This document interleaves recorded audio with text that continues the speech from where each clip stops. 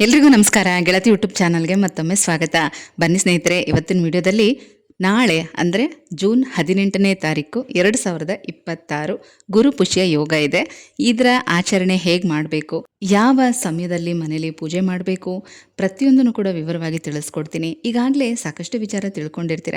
ನಾನು ಒಂದೆರಡು ಚಿಕ್ಕ ವಿಚಾರನ ಇವತ್ತಿನ ವಿಡಿಯೋದಲ್ಲಿ ತಿಳಿಸ್ತಾ ಇದ್ದೀನಿ. ಏನಂದರೆ ಈ ದಿನ ಈ ಒಂದು ಸಮಯದಲ್ಲಿ ಕೆಲವು ವಸ್ತುಗಳನ್ನು ದೇವಸ್ಥಾನಕ್ಕೆ ತೊಗೊಂಡೋಗಿ ಕೊಡೋದ್ರಿಂದ, ಹಾಗೆ ಮನೆಯಲ್ಲಿ ನೀವು ಪ್ರತಿದಿನ ಪೂಜೆ ಮಾಡುವಂಥ ವಿಗ್ರಹಗಳಿಗೆ ಯಾವ ರೀತಿ ನಾಳೆ ಪೂಜೆ ಮಾಡಬೇಕು, ಇದರಿಂದ ಏನೆಲ್ಲ ಪ್ರಯೋಜನಗಳು ಸಿಗುತ್ತೆ ಅನ್ನೋವಂಥ ಒಂದು ಸಣ್ಣ ವಿಚಾರನ ತಿಳಿಸ್ತಾ ಇದ್ದೀನಿ. ವಿಡಿಯೋನ ಸ್ಕಿಪ್ ಮಾಡದೆ ನೋಡಿ. ಗುರುಪುಷ್ಯ ಯೋಗವನ್ನು ಗುರುಪುಷ್ಯಾಮೃತ ಯೋಗ ಅಂತ ಕರೆಯಲಾಗುತ್ತೆ.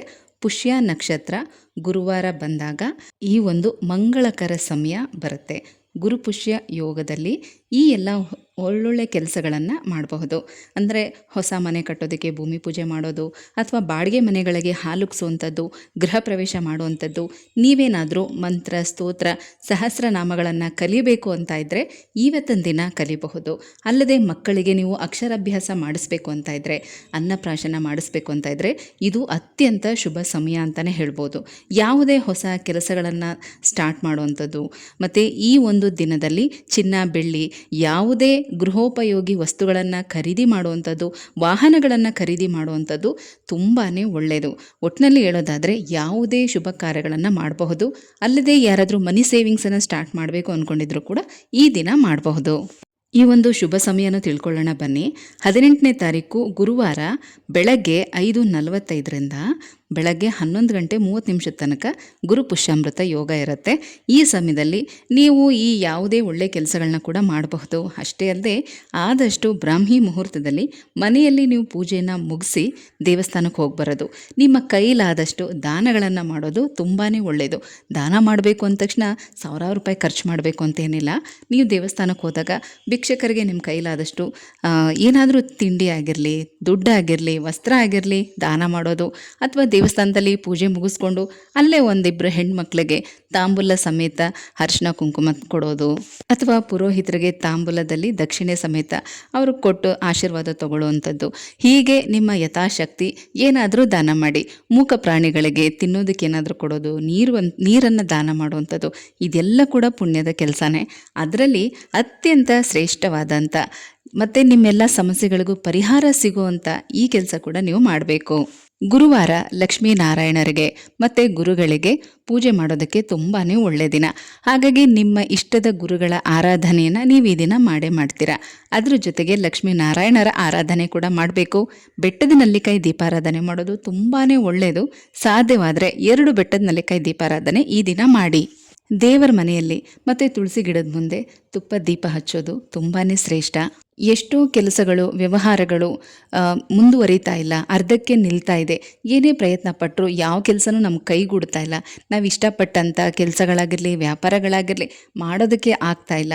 ಕೆಲವ್ರಿಗೆಲ್ಲ ಮದುವೆಗಳು ಮತ್ತು ಅವರು ಮನೆ ಕಟ್ತಾ ಇರೋವಂಥ ಕೆಲಸ ಏನಾದರೂ ತುಂಬ ನಿಧಾನ ಆಗ್ತಾ ಇದೆ ಅಂದರೆ ಈ ದಿನ 9 ಅರಿಶಿಣ ಕೊಂಬನ್ನು ಹೂ ಕಟ್ಟೋ ಥರ ಕಟ್ಟಿ ಮಾಲೆ ಮಾಡಿ ಅದನ್ನು ಮಹಾಲಕ್ಷ್ಮಿ ದೇವಿ ದೇವಸ್ಥಾನಕ್ಕೆ ತೊಗೊಂಡೋಗಿ ಕೊಡಬೇಕು.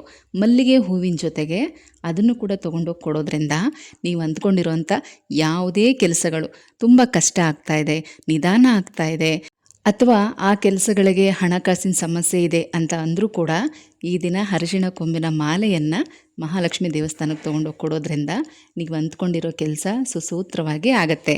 ಅಷ್ಟೇ ಅಲ್ಲದೆ ಈ ದಿನ ಬೆಳಗ್ಗೆ ನಿಮ್ಮ ಮನೇಲಿ ಪೂಜೆ ಮಾಡ್ತೀರಾ ಅಲ್ವಾ, ಪೂಜೆ ಮಾಡೋದಕ್ಕಿಂತ ಮೊದಲು ಎಲ್ಲ ವಿಗ್ರಹಗಳಿಗೂ ಕೂಡ ಅಭಿಷೇಕ ಮಾಡಬೇಕು. ತುಂಬ ಒಳ್ಳೆಯದು. ಪಂಚಾಮೃತ ಅಭಿಷೇಕ ಅಥವಾ ಹಾಲಿನ ಅಭಿಷೇಕ ಮಾಡಿ ಅದಾದ ನಂತರ ಎಲ್ಲ ವಿಗ್ರಹಗಳಿಗೂ ಕೂಡ ಶ್ರೀಗಂಧದ ಲೇಪನ ಮಾಡಬೇಕು. ನಿಮ್ಮ ಮನೇಲಿ ಗಂಧದ ಕೊರಳು, ಗಂಧದ ಚಕ್ಕೆ ಇತ್ತು ಅಂದರೆ ಅದರಲ್ಲಿ ತೇದು ಗಂಧನ ಎತ್ತಿಟ್ಕೊಂಡು ವಿಗ್ರಹಗಳಿಗೆ ಬೊಟ್ಟಿಡೋದಲ್ಲ, ಪೂರ್ತಿಯಾಗಿ ಹಚ್ಚಬೇಕು. ತಲೆಯಿಂದ ಪಾದದ ತನಕ ಪೂರ್ತಿಯಾಗಿ ಗಂಧ ಲೇಪನ ಮಾಡಿ ಆಮೇಲೆ ಒಂದೊಂದು ಕುಂಕುಮದ ಬೊಟ್ಟನ್ನು ಇಡಬೇಕು. ಈ ರೀತಿ ಮಾಡೋದು ತುಂಬಾ ಶ್ರೇಷ್ಠ. ಎಷ್ಟೊಂದು ಶುಭ ಕಾರ್ಯಗಳು ಮನೇಲಿ ನಡೆಯುತ್ತೆ. ಏನೇ ಅಡೆತಡೆಗಳಿದ್ರೂ ನಿವಾರಣೆ ಆಗುತ್ತೆ. ಸಣ್ಣ ಪುಟ್ಟ ನೆಗೆಟಿವ್ ಎನರ್ಜಿ ಆಗಿರಲಿ, ದೋಷಗಳಾಗಿರಲಿ, ಇಂಥದ್ದೆಲ್ಲ ಇದ್ರೂ ಕೂಡ ನಿವಾರಣೆ ಆಗುತ್ತೆ. ಯಾವುದೇ ದೇವರ ವಿಗ್ರಹ ಆಗಿರ್ಬೋದು, ಗಣೇಶ, ಲಕ್ಷ್ಮೀ, ನಾರಾಯಣ ಅಥವಾ ಯಾವುದೇ ದೇವರ ವಿಗ್ರಹ ನೀವು ಇಟ್ಕೊಂಡಿದ್ರೂ ಕೂಡ ಆ ವಿಗ್ರಹಕ್ಕೆ ನಾಳೆ ಶ್ರೀಗಂಧದ ಲೇಪನ ಮಾಡಿ. ಗಂಧದ ಕೊರಳಿಲ್ಲ, ಗಂಧದ ಚಕ್ಕೆ ಇಲ್ಲ ಅಂತ ಅನ್ನೋರು ಗಂಧದ ಪೌಡ್ರ್ ಆಗಿರಲಿ, ಪೇಸ್ಟ್ಗಳಾಗಿರಲಿ ಗ್ರಂಥಿಗೆ ಅಂಗಡಿಯಲ್ಲಿ ಸಿಗುತ್ತೆ, ಅದನ್ನು ತೊಗೊಂಡು ಬಂದು ಕೂಡ ನೀವು ಹಚ್ಬೋದು. ದೇವಸ್ಥಾನಗಳಲ್ಲೂ ಬೇಕಾದರೆ ಗಮನಿಸಿ, ನಾಳೆ ದಿನ ಶ್ರೀಗಂಧದ ಅಲಂಕಾರನೇ ಮಾಡಿರ್ತಾರೆ ಅಮ್ಮನವ್ರಿಗೆ, ರಾಯರಿಗೆ ಮತ್ತು ಯಾವುದೇ ಗುರುಗಳ ದೇವಸ್ಥಾನದಲ್ಲೂ ಕೂಡ ಅಷ್ಟೇ. ಯಾಕಂದರೆ ಒಂದು ರೀತಿ ಮನೆಯಲ್ಲಿ, ದೇವರ ಮನೆಯಲ್ಲಿ ಈ ರೀತಿ ಸುಗಂಧದ ಪರಿಮಳ ಇದ್ದರೆ ಅಲ್ಲಿ ಸಾಕ್ಷಾತ್ ಮಹಾಲಕ್ಷ್ಮಿ ನೆಲೆಸಿರ್ತಾರೆ. ಆ ಕಾರಣದಿಂದ ಇದೇ ಗುರುವಾರ ಗುರು ಪುಷ್ಯಾಮೃತ ಯೋಗ ಇರೋದರಿಂದ ಲಕ್ಷ್ಮೀನಾರಾಯಣರ ಆರಾಧನೆ ಮಾಡಿ ಎಲ್ಲ ವಿಗ್ರಹಗಳಿಗೂ ಕೂಡ ಶ್ರೀಗಂಧದ ಲೇಪನ ಮಾಡಬೇಕು. ಹಾಗೆ ಮಹಾಲಕ್ಷ್ಮಿಯ ದೇವಸ್ಥಾನಕ್ಕೆ ಮಲ್ಲಿಗೆ ಹೂವಿನ ಸಮೇತ ಅರಿಶಿಣ ಕೊಂಬಿನ ಮಾಲೆನ ತೊಗೊಂಡು ಹೋಗಿ ಕೊಡಿ.